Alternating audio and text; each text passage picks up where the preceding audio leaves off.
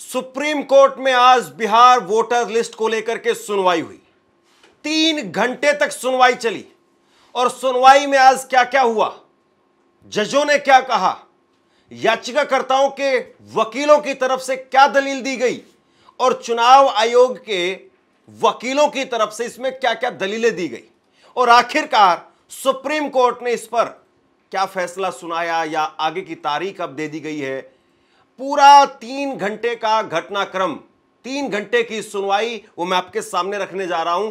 तफसील से आप सुनिए कि आज सुप्रीम कोर्ट में कोर्ट रूम के अंदर क्या क्या हुआ, मिनट दर मिनट की पूरी बहस आपके सामने रखने वाला हूं। सबसे बड़ी बात यह है कि बिहार में वोटर लिस्ट को लेकर के जिस तरीके से सड़कों पर सुप्रीम कोर्ट के अंदर और अब जैसे ही मानसून सत्र की शुरुआत होगी संसद में भी हंगामा मचेगा, इसलिए बहुत जरूरी है कि इस पर जल्द से जल्द फैसला आए। बिहार के चुनाव वो भी नजदीक है और आज इसी को ध्यान में रखते हुए 3 घंटे की इस पर सुनवाई हुई है।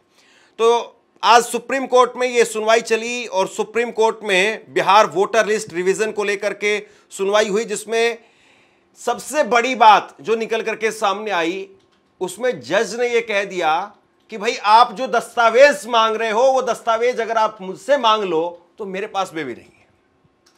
दरअसल यही सबसे बड़ा डर है, यही सबसे बड़ा डर है कि कैसे बिहार के लोग और खास तौर पर गरीब गुरबा लोग या वो लोग जो बाढ़ की चपेट में हर साल आते हैं वो कैसे वो डॉक्यूमेंट्स लेकर के आएंगे, कैसे वो दस्तावेज लेकर के आएंगे। आज जो जज सुनवाई कर रहे थे उन्होंने कहा, चुनाव आयोग के वकीलों से कहा कि अगर आप यही डॉक्यूमेंट अगर आप मुझसे मांगते हो तो मेरे पास में भी नहीं है। बताइए, आप सुप्रीम कोर्ट के जज अगर ये बात कह रहे हैं तो आप गांव देहात के उस गरीब आदमी के ऊपर क्यों लाठी लेकर के खड़े हो गए हैं? यह सवाल मेरा नहीं है, यह सवाल इस देश के आम आदमियों का है, आम नागरिक का है कि आखिरकार कल को यह बिहार से उसके राज्य में भी आएगा और उसके बाद में हम क्या करेंगे। तो बिहार रिवीजन लिस्ट को लेकर के आज सुनवाई हुई और इसमें याचिकाकर्ताओं की तरफ से जो वकील पेश हुए वो पहले सुनिए आप। गोपाल शंकर नारायण ये याचिकाकर्ताओं के वकील थे, कपिल सिब्बल याचिकाकर्ताओं की तरफ से पेश हो रहे थे और अभिषेक मनु सिंघवी वो भी याचिकाकर्ताओं की तरफ से दलील दे रहे थे। चुनाव आयोग की तरफ से इसमें पैरवी कर रहे थे पूर्व अटॉर्नी जनरल के वेणुगोपाल, राकेश द्विवेदी और मनिंदर सिंह। ये 3 जो है वो चुनाव आयोग की तरफ से के वेणुगोपाल पूर्व अटॉर्नी जनरल, बड़े जज वकील साहब को यहां पर उतारा, राकेश द्विवेदी और मनिंदर सिंह। इसके खिलाफ बिहार में जो ये वोटर रिवीजन का मामला है इसके खिलाफ 11 लोगों ने याचिकाएं दी थी, जिसमें मनोज झा हैं, टीएमसी के सांसद महुआ मोइत्रा हैं और एडीआर की रिपोर्ट है अभी और उसके साथ साथ योगेंद्र यादव। कुल मिलाकर के 11 लोगों ने इसको लेकर के याचिका दी थी। तो सबसे पहले जो है क्या कुछ हुआ है मैं आपको बताता हूं। चुनाव आयोग ने सबसे पहले 2 बड़े तर्क दिए। क्या कहा चुनाव आयोग ने? चुनाव आयोग ने कहा कि 1.5 लाख एजेंट जुड़े हैं इस काम के अंदर, 1.5 लाख एजेंट जुड़े हैं और किसी का नाम नहीं कटेगा। बिहार में फिलहाल 7 करोड़ 89 लाख वोटर हैं और इनमें से करीब 4 करोड़ 96 लाख वोटर 2003 के वोटर लिस्ट में भी शामिल थे, यानी उनका वेरिफिकेशन नहीं होगा। यह चुनाव आयोग की तरफ से कहा गया कि भैया 7 करोड़ 89 लाख वोटर हैं, तो पहले से ही 4 करोड़ 96 लाख करीब 5 करोड़ वोटर जो है वो 2003 के वोटर लिस्ट में थे, उनका वेरिफिकेशन हम नहीं करने वाले हैं। यानी कुल मिलाकर के हमें 2-2.5 लाख लोगों का 2-2.5 करोड़ लोगों का वेरिफिकेशन करना है। 2 करोड़ 93 लाख वोटर का ही वेरिफिकेशन किया जाएगा। इसके लिए राजनीतिक दलों के करीब 1.5 लाख बूथ एजेंट बीएलए भी इस काम के अंदर जुटे हैं और सभी दलों के लोग इसमें शामिल हैं। ऐसे में किसी भी वैध वोटर के नाम कटने की गुंजाइश कम है।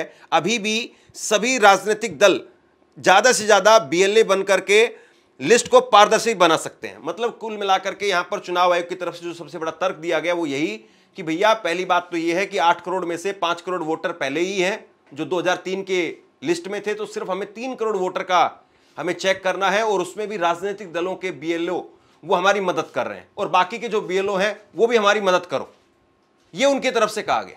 अब इसमें बड़ी बात यह है कि जो राजनीतिक दलों के जो बीएलओ है उसमें वो कौन से बीएलओ की बात मानेंगे, कौन से की नहीं मानेंगे और कौन सा बीएलओ किसका वोट कटवाएगा, किसका नहीं कटवाएगा, क्यों इतनी ज्यादा जो है वो आप होच पोच कर रहे हैं, ये सवाल है। और दूसरा जो तर्क दिया गया, दूसरा बड़ा तर्क कि पिछली बार भी 31 दिनों के अंदर ही वेरिफिकेशन हुआ था, यह तर्क दिया गया। चुनाव आयोग का कहना है कि पिछली बार 2003 में 31 दिन का ही यह वेरिफिकेशन हुआ था और इस बार कमोबेश 1 महीने का टाइम अभी भी है। करीब 1.5 लाख BLA इस काम में जुटे हुए हैं। एक BLA एक दिन में अधिक से अधिक 50 आवेदन बूथ लेवल ऑफिसर BLO के पास में जमा कर सकता है। इस तरह से एक दिन में 75 लाख से अधिक BLO के पास में जमा हो सकते हैं। तो ये जो है वो चुनाव आयोग बता रहा है कि नहीं ये तो बहुत आसान चीज है। अब उसमें ये नहीं बताया जा रहा है कि भैया बारिश भी होगी, बाढ़ भी होगी, बिहार बड़ा राज्य है, बड़ी आबादी है, कैसे आप इतनी सारी चीजें कर लेंगे। फिर दूसरी बड़ी बात यह है कि जिस गांव में, जिस देहात में आप जाएंगे तो वहां पर ज्यादातर लोगों के पास में डॉक्यूमेंट नहीं होंगे, तो फिर उसके बाद में क्या खाना पूर्ति चलेगी। ये जो है वो दो बड़े तर्क। और उसके बाद में सुनिए कपिल सिब्बल की तरफ से इस पर क्या कहा गया।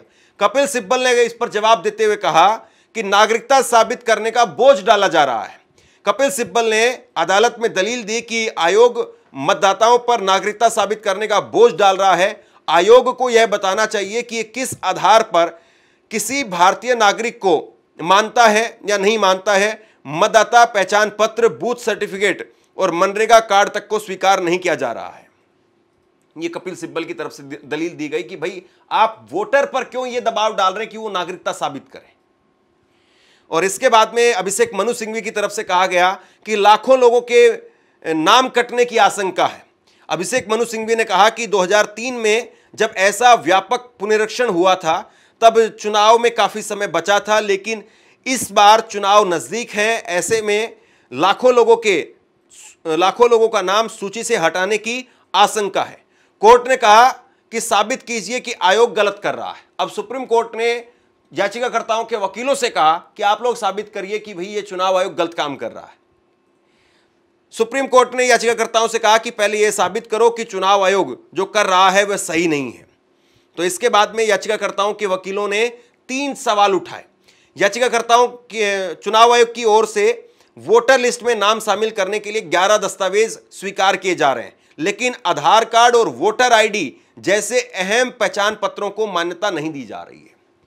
याचिकाकर्ताओं की तरफ से जो वकील थे अभिषेक मनु सिंघवी, कपिल सिब्बल और गोपाल शंकर नारायण, इन्होंने 3 बड़ी बातें कही है कि पहली बात तो यह है कि 11 डॉक्यूमेंट्स मांग रहे हैं और उन 11 डॉक्यूमेंट्स के अंदर आधार कार्ड और वोटर ID जैसे अहम पहचान पत्र को मान्यता नहीं दी जा रही है। दूसरी बड़ी बात, आयोग की प्रक्रिया स्पष्ट और समान नहीं है। अगर कोई व्यक्ति 2003 की वोटर लिस्ट में शामिल है तो उसे अभिभावकों के दस्तावेज या नागरिकता से जुड़े प्रमाण पत्र देने की आवश्यकता नहीं है, लेकिन अगर कोई व्यक्ति उस लिस्ट में नहीं है तो उसे नागरिकता साबित करने के लिए दस्तावेज जमा कराने होंगे।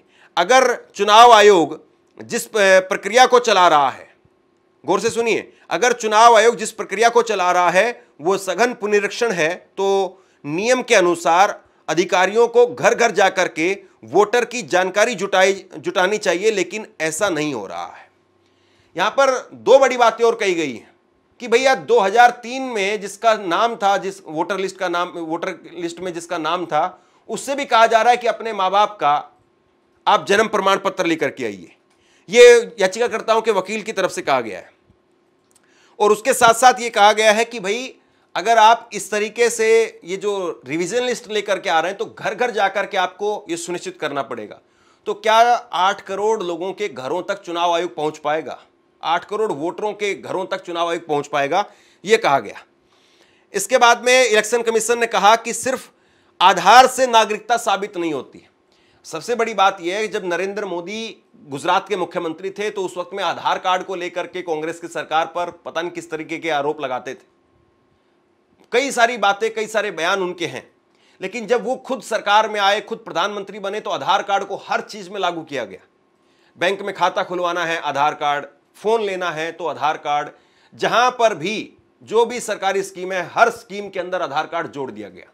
लेकिन अब यह कहा जा रहा है कि आधार कार्ड ही आधार नहीं है कि आप नागरिक हैं या नहीं है। आपकी नागरिकता साबित करने के लिए आधार कार्ड आधार नहीं है, यह कहा जा रहा है। सुप्रीम कोर्ट ने कहा कि आधार कार्ड को पहचान पत्र के रूप में मान्यता क्यों नहीं दे रहे हो, यह सुप्रीम कोर्ट की तरफ से पूछा गया। तो इस पर इलेक्शन कमीशन के वकील ने कहा कि सिर्फ आधार कार्ड से नागरिकता साबित नहीं होती है।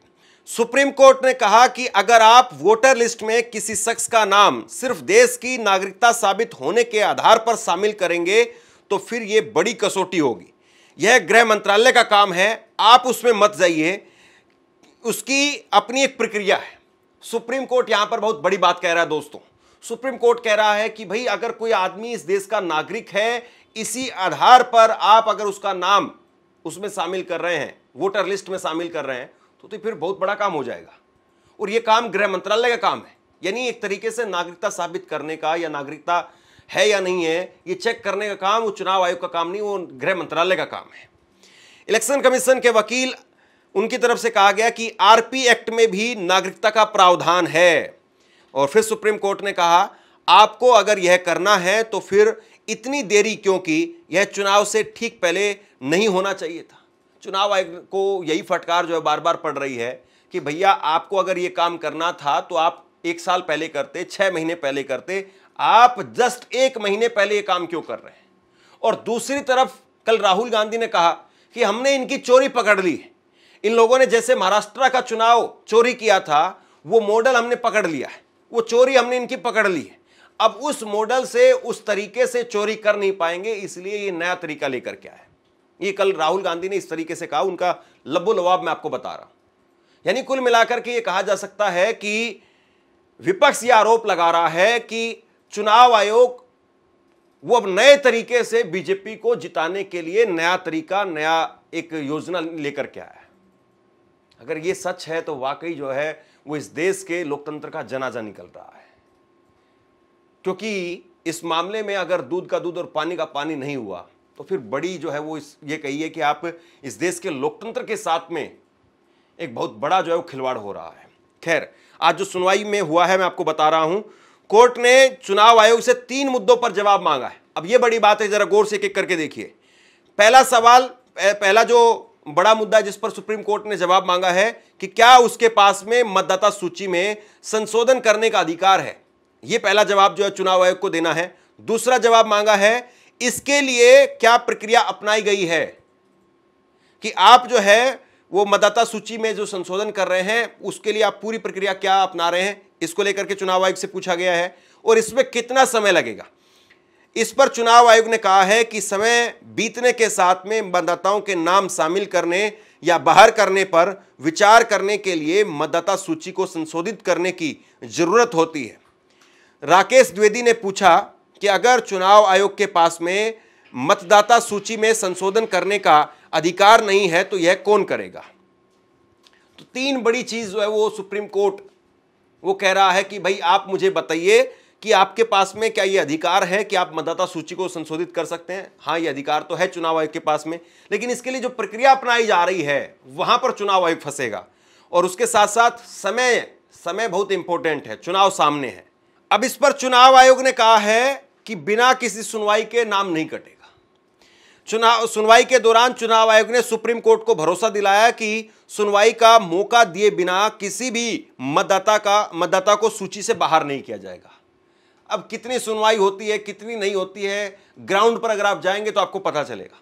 बहुत बार हम जाते हैं, लोगों से बात करते हैं, लोग कहते हैं चुनाव आयोग जहां पर चुनाव होता है, जहां पर वोट डलते हैं, उसके बाहर घूमते हुए आपको बहुत सारे लोग मिल जाएंगे। वो कहेंगे कि हमारा पिछली बार वोट था, उससे पिछली बार चुनाव वाले में वोट था, लोकसभा में वोट दिया था, विधानसभा में वोट दिया था, या पंचायत वाले चुनाव में भी हमने वोट दिया था, इस बार हमारा वोटर लिस्ट में नाम ही नहीं है। हमारे पास में पहचान पत्र है, आधार कार्ड है, सब कुछ है, लेकिन हमारा नाम नहीं है।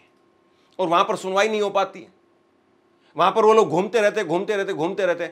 और खास तौर पर उन जगह पर, उन मोहल्लों में, उन गांवों में जहां पर विपक्ष का वोट होता है, ये माना जाता है वहां पर इस तरह की शिकायतें ज्यादा मिलती हैं।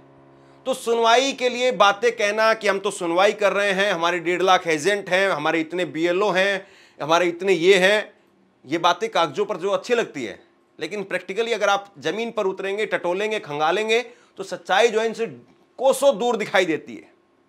अब यहां पर वकीलों का काम तो यही है, तर्क देना। वकील जो है चुनाव आयोग की तरफ से तर्क दे रहे हैं कि बिना किसी सुनवाई के हम किसी का नाम नहीं काटने वाले हैं। सुप्रीम कोर्ट ने कहा है कि समस्या प्रक्रिया में नहीं है, टाइमिंग में है। आपको जो मर्जी करना है करिए, आपको डॉक्यूमेंट चाहिए, ये चाहिए, वो चाहिए, सब कुछ मांगिए, लेकिन आप टाइमिंग तो दीजिए उसको लेकर के। आपकी जो टाइमिंग है वही आपके लिए ऊपर सबसे बड़ा सवाल है। सुनवाई के दौरान जस्टिस धुलिया ने कहा कि समस्या आपकी प्रक्रिया में नहीं है, समस्या आपकी टाइमिंग में है, क्योंकि जिन लोगों को सूची से हटाया जा सकता है उनके पास में इसके लिए अपील करने का समय नहीं होगा। और कितने लोग अपील कर पाएंगे भैया? मैं तो ये बात जानना चाहता हूं कि अगर गांव देहात में किसी का वोट कट जाता है या उसको पता चलता है, पहली बात तो लोगों को पता ही नहीं चलेगा। लोगों को पता तब चलेगा जब उनका नाम आ जाएगा या नहीं आएगा और वो वोट डालने के लिए जाएंगे।